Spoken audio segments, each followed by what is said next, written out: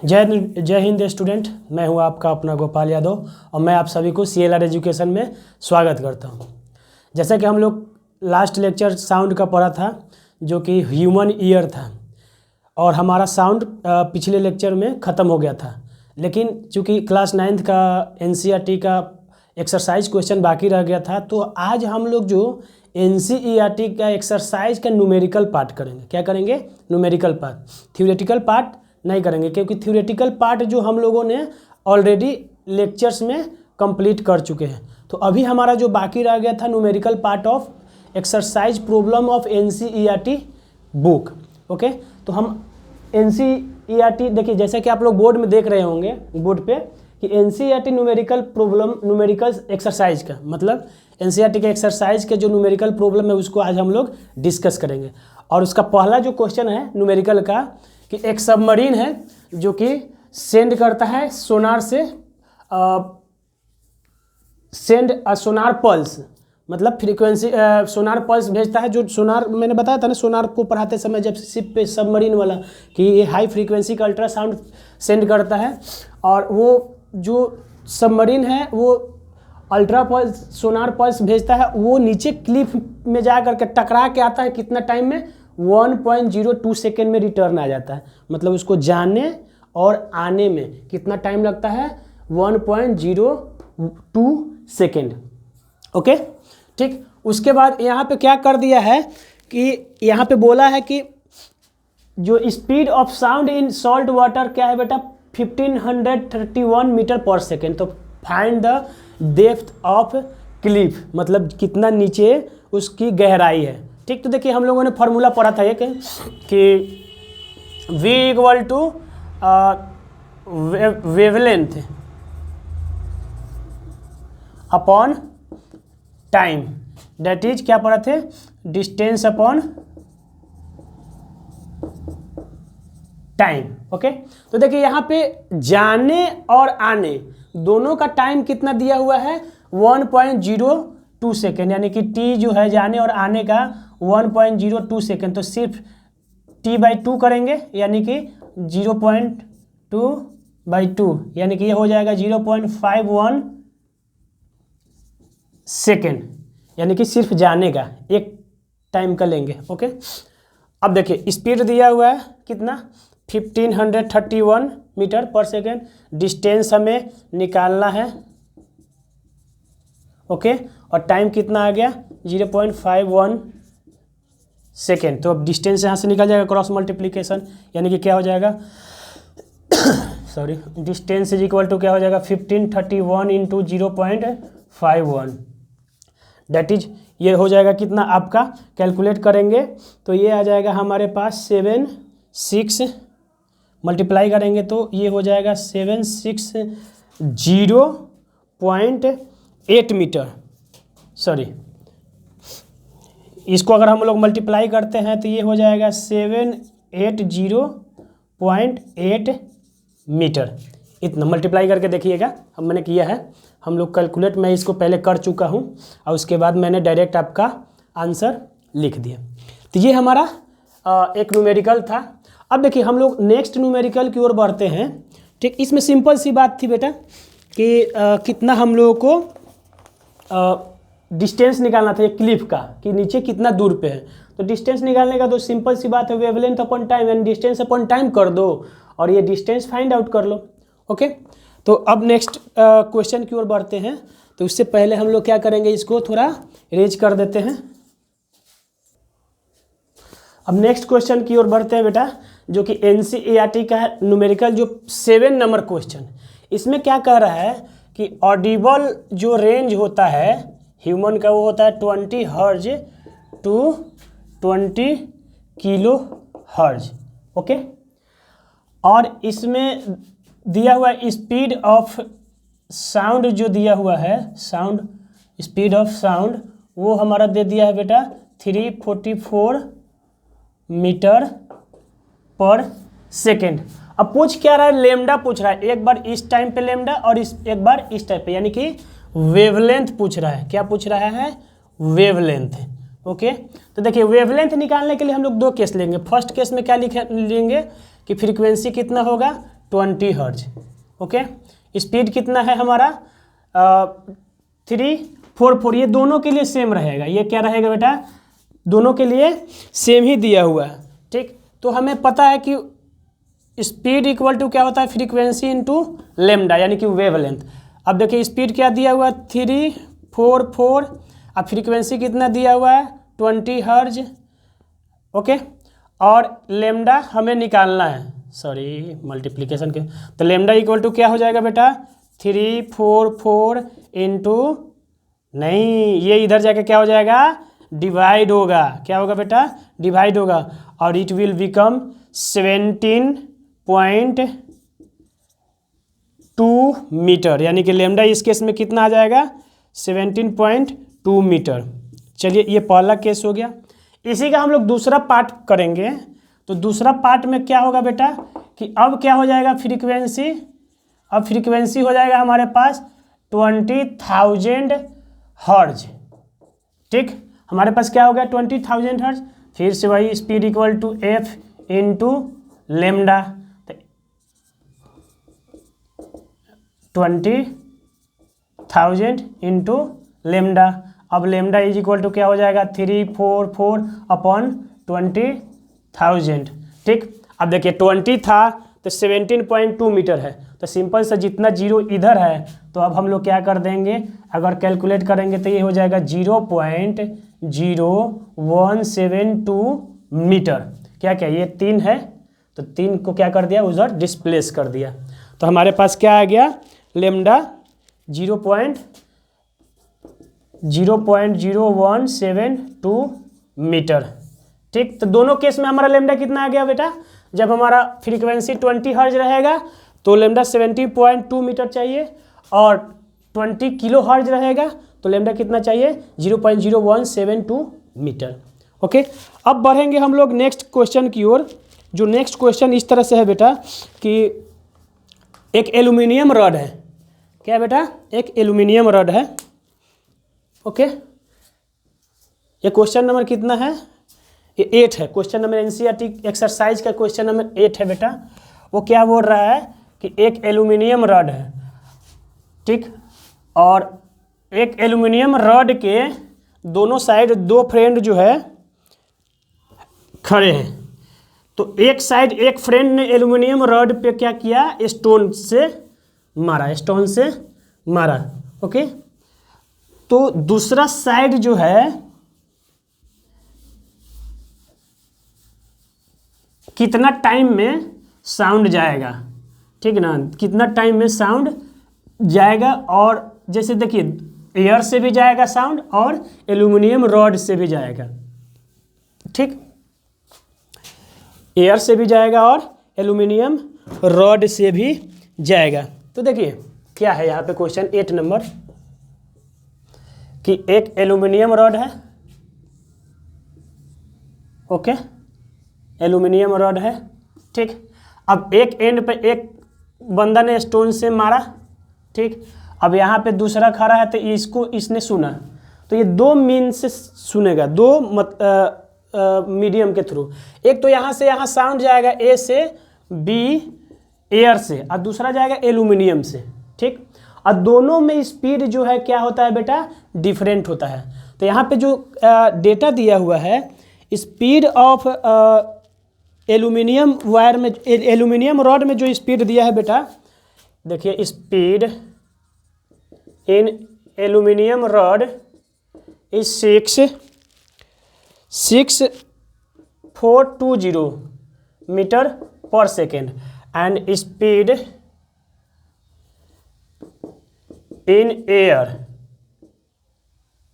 ये क्या दे दिया है 346 मीटर पर सेकेंड। अब पूछ क्या रहा है ना बेटा, रेशियो पूछ रहा है।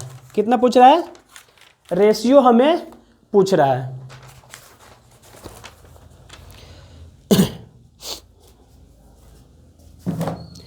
अब हमें पूछ रहा है कि एयर का जो स्पीड है और रॉड का जो स्पीड है उसका रेशियो बताइए।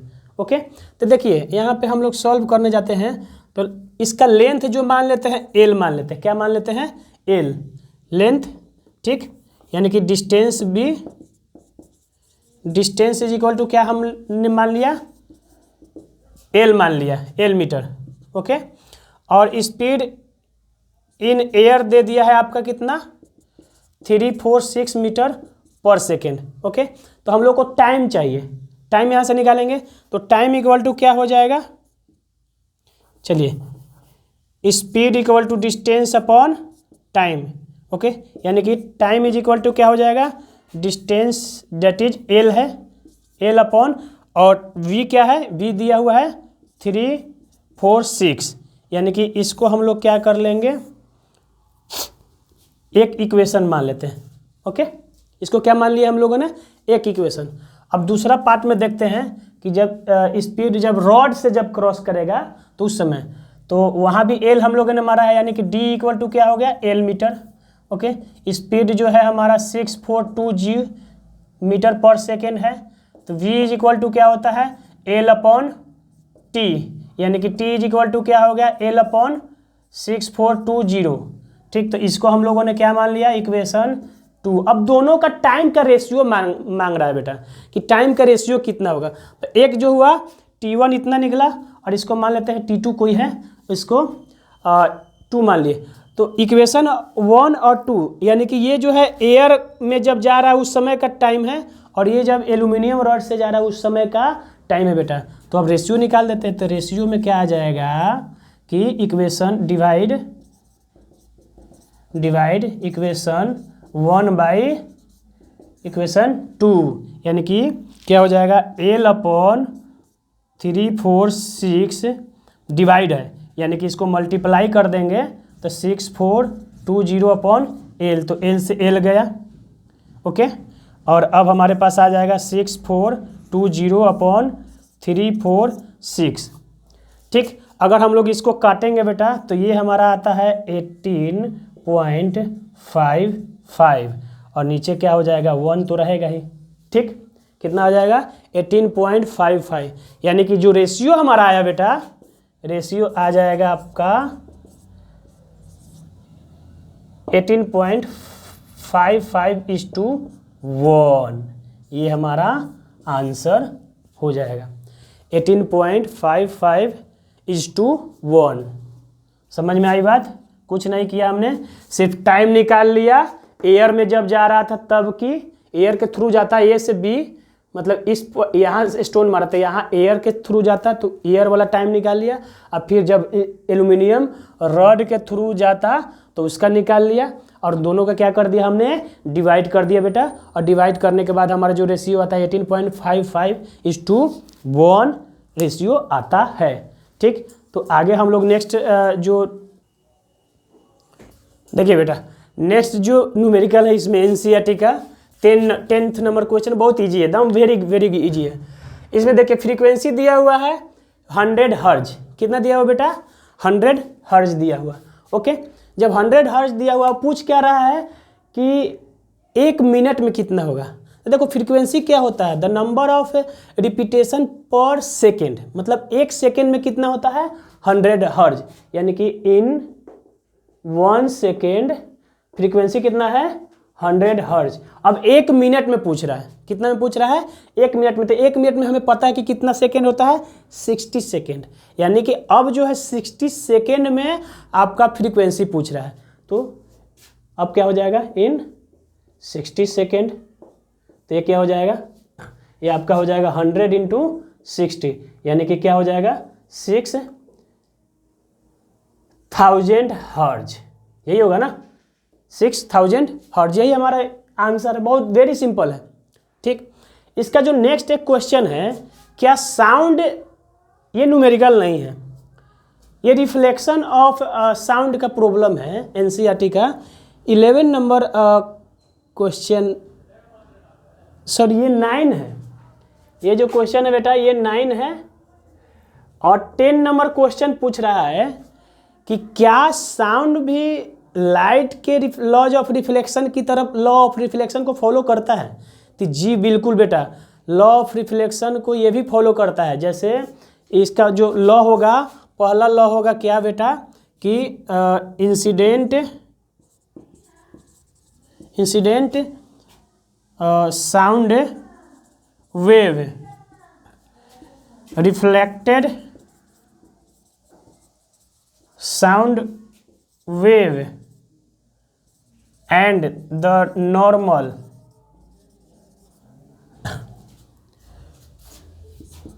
टू द पॉइंट लाई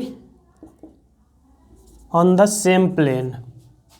जैसे लाइट का हम लोगों ने पढ़ा था ना, लाइट में जो रिफ्लेक्शन, लॉ ऑफ रिफ्लेक्शन होता है दो, वैसा ही इसका भी होता है सेकेंड, ये साउंड का भी। और सेकेंड क्या होगा, angle of incident, angle of incident is equal to angle of reflection of sound wave.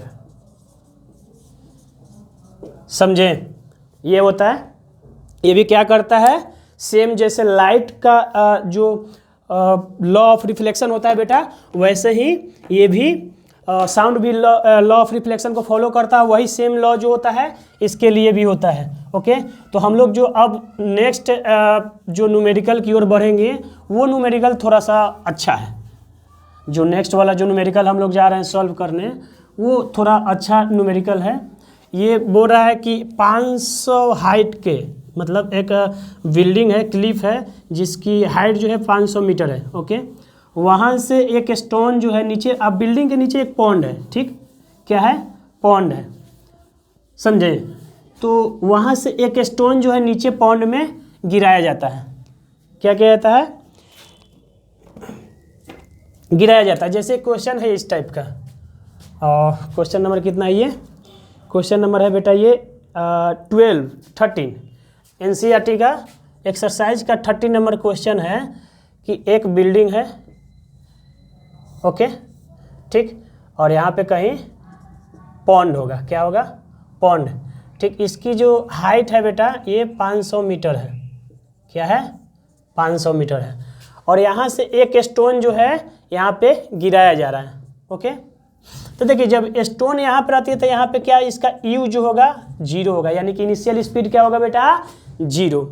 और स्पीड इसका जो दिया हुआ है, स्पीड ऑफ साउंड जो दिया हुआ है इसमें, स्पीड ऑफ साउंड जो है v इज इक्वल टू क्या दे दिया है, 34 मीटर पर सेकेंड, यानी कि 340 मीटर पर सेकेंड। देखो क्वेश्चन क्या कह रहा है कि जब साउंड, ये स्टोन जो है नीचे पॉन्ड्स में गिरता है, ठीक, तो पॉन्ड्स में गिरने के बाद जो है इसका स्प्लैश जो इसमें पॉन्ड्स में जाता है, तो स्प्लैश जो बाहर आता है, साउंड जो होता है वो इसको सुनाई देता है। तो कितना टाइम लगेगा इसको, समझ में आई बात। यहाँ से कोई बंदा जो है स्टोन गिराया, ओके, उसको जो है कुछ समय के बाद जो है इसको स्प्लैश का जो साउंड जो होता है इको की तरह, जैसे गया कोई भी पॉन्ड्स या पानी में स्टोन या कुछ गिराइएगा तो उसका आवाज़ आता है ना, वही आवाज़ इसको सुनाई दिया, ठीक। तो वो कितना समय में सुनाई दिया, समझ में आई बात, ठीक। तो स्टोन का इनिशियल जो स्पीड है हम लोगों ने क्या मान लिया है, 0। ओके, तो हमें निकालना क्या है, S equal to U T plus half G T square लगाएंगे। एक की जगह पे जी लगाएंगे क्योंकि ये वर्टिकल मोशन का काम करेगा। एस दिया हुआ हमारा क्या बेटा, 500 मीटर, यू 0 है, देखिए यू 0 है, यानी कि यू टी क्या हो जाएगा, टोटल 0 प्लस हाफ जी को हम लोगों ने मान लिया है क्या, 10, जी इज इक्वल टू कितना ले लिए हैं, 10 मीटर पर सेकेंड स्क्वायर, ठीक, 10, और ये हो गया 2, तो ये क्या हो गया 5, यानी कि 500 is equal to 5 T square, यानी कि यहाँ से जो बेटा आ जाएगा हमारा टी का जो वैल्यू आएगा वो आ जाएगा 10 सेकेंड, 10 सेकेंड आ जाएगा, ठीक। जैसे ये जाएगा इधर तो कट जाएगा, देखो ये आ गया ना 5, और ये 100 टाइम कट गया, और टी स्क्वायर इक्वल टू 100, तो क्या हो जाएगा, T is equal to 10 second. इसको हम लोग T1 मान लेते हैं, क्या मान लेते हैं, T1। अब दूसरा केस जो इसमें आएगा, हमें ये तो ऊपर से नीचे आने का टाइम लगा, इसको स्टोन का जो ऊपर से नीचे आने का टाइम लगा, ओके, ठीक। अब देखिए इसका जो अब टाइम जो नीचे से ऊपर जो आवाज़ जाएगा उसका कितना लगेगा, ठीक। तो अब T2 निकालना है, तो T2 इक्वल टू हमें पता है पहले जो हम लोगों को पता है स्पीड क्या है, 3 speed equal to distance upon time, तो इसको T2 मान लिए। तो स्पीड क्या हुआ यहाँ से, T2 इक्वल टू क्या हो जाएगा, distance upon v, that is क्या हो जाएगा, डिस्टेंस कितना दिया हुआ 500 अपॉन 340, तो 0 से 0 गया और ये कटता है आपका 1.47, ठीक, यानी कि T2 जो आता है 1.47 सेकेंड आएगा बेटा, ठीक। यानी कि यहाँ से यहाँ जाने में जो टाइम लगेगा वो कितना लगेगा, 1.47 सेकेंड, क्या होगा 1.47 सेकेंड। तो मतलब नीचे आया फिर ऊपर आया, टोटल टाइम कितना लगेगा ये पूछा था, क्या लगेगा टोटल टाइम। तो T total is equal to क्या हो जाएगा, T1 plus T2, that is 10 plus 1.47 second, that is 11.47 second हो जाएगा बेटा, ठीक। यही हमारा आंसर है, यही क्या है आंसर। यही न्यूमेरिकल थोड़ा सा लगा कि इस एनसीईआरटी में एक अच्छा न्यूमेरिकल दिया है, बाकी तो बस ऐसे ही था, ठीक। ये आपको अच्छे से समझ लेना चाहिए और इसको एक बार लिख करके प्रैक्टिस कीजिए, ये न्यूमेरिकल बहुत अच्छा है, ठीक। तो नेक्स्ट क्वेश्चन बेटा हमारा 14 नंबर क्वेश्चन एनसीईआरटी का ही है। इसमें दिया गया है कि एक साउंड वेव जो है ट्रेवल कर रहा है 339 मीटर पर सेकेंड के स्पीड से, क्या कर रहा है 339 मीटर पर सेकेंड के स्पीड से साउंड वेव ट्रेवल कर रहा है, ओके। उसके बाद जो वेवलेंथ इसका जो दिया हुआ बेटा उस साउंड वेव का, वो दिया 1.5 सेंटीमीटर, ठीक। तो वेवलेंथ को पहले हम लोग क्या करते हैं, इसको मीटर में चेंज करते हैं, तो 1.5 डिवाइडेड बाई 100, यानी कि ये हो जाता है 0.015 मीटर, ओके। ये मीटर में हमारा आ गया। अब देखिए यहाँ पे हम लोगों से पूछ रहा है फ्रीक्वेंसी, क्या पूछ रहा है, फ्रीक्वेंसी पूछ रहा है कि इसका फ्रीक्वेंसी क्या होगा और क्या ये ऑडिबल होगा या नहीं, क्या ये ऑडिबल होगा या नहीं। तो देखिए देखते हैं, हम लोग को पता है कि speed of sound is equal to क्या होता है, फ्रीक्वेंसी इंटू लेमडा, यानी कि फ्रीक्वेंसी इंटू वेवलेंथ, ठीक। तो स्पीड पूरा ही लिख देते हैं भाई, नहीं तो तुम लोग बोलोगे कि सिर्फ फॉर्मूला ही। स्पीड इज इक्वल टू क्या होता है, frequency into wavelength, frequency into wavelength, okay. तो स्पीड हमारा दिया हुआ है 339, ओके, इक्वल टू फ्रीक्वेंसी हमें निकालना है, ओके। और वेवलेंथ कितना दिया है हम लोगों ने निकाल लिया 0.015 मीटर, तो यहाँ से फ्रीक्वेंसी हमारा निकल जाएगा। तो फ्रीक्वेंसी इज इक्वल टू क्या आ जाएगा 339 अपॉन 0.015, ओके। जब इसको हम लोग कट करेंगे तो इधर क्या हो जाएगा 1 2 3, यानी कि ये हो जाएगा 33900 अपॉन 15, और इसको हम लोग कट करते हैं तो ये आ जाएगा 22600, ये इतना आएगा, ठीक। यानी कि फ्रीक्वेंसी हमारा आ गया कितना बेटा, फ्रीक्वेंसी आ गया 22,600 हर्ज। देखिए अब देखिए यहाँ से एक और क्वेश्चन अराइज हो जाता है कि देखिए 20,000 हर्ज से ज़्यादा है, ये क्या है 20,000 हर्ज से ये फ्रीक्वेंसी ज़्यादा है, यानी कि हम लोग का ऑडिबल साउंड क्या होता है, ऑडिबल होता है 20 हर्ज से 20,000 हर्ज, लेकिन ये कितना है 22,600 हर्ज, यानी कि ये जो है नॉट ऑडिबल होगा, यानी कि ये अल्ट्रा साउंड हो गया, अल्ट्रासोनिक साउंड हो गया, जो कि ऑडिबल नहीं है, ऑडिबल नहीं है। समझ में आई बात, क्योंकि 22,600 हर्ज हो गया, हम लोग का तो कैपेसिटी है सुनने का कितना, हमारा जो ऑडिबल रेंज है वो है बेटा 20 to 20 हर्ज। अब अगला क्वेश्चन है एक सोनार से है, ठीक, सोनार से क्वेश्चन है। सोनार वाली तो क्वेश्चन हम लोगों ने बहुत सारा करा है, ठीक, कि एक सीप है सोनार से हाई फ्रीक्वेंसी, आज भी की है इससे पहले, ठीक। तो अभी देख लेते हैं ये सोनार से जो प्रॉब्लम है वो क्या कह रहा है। कितना नंबर क्वेश्चन है ये, 20 नंबर क्वेश्चन है बेटा, 20 नंबर क्वेश्चन है।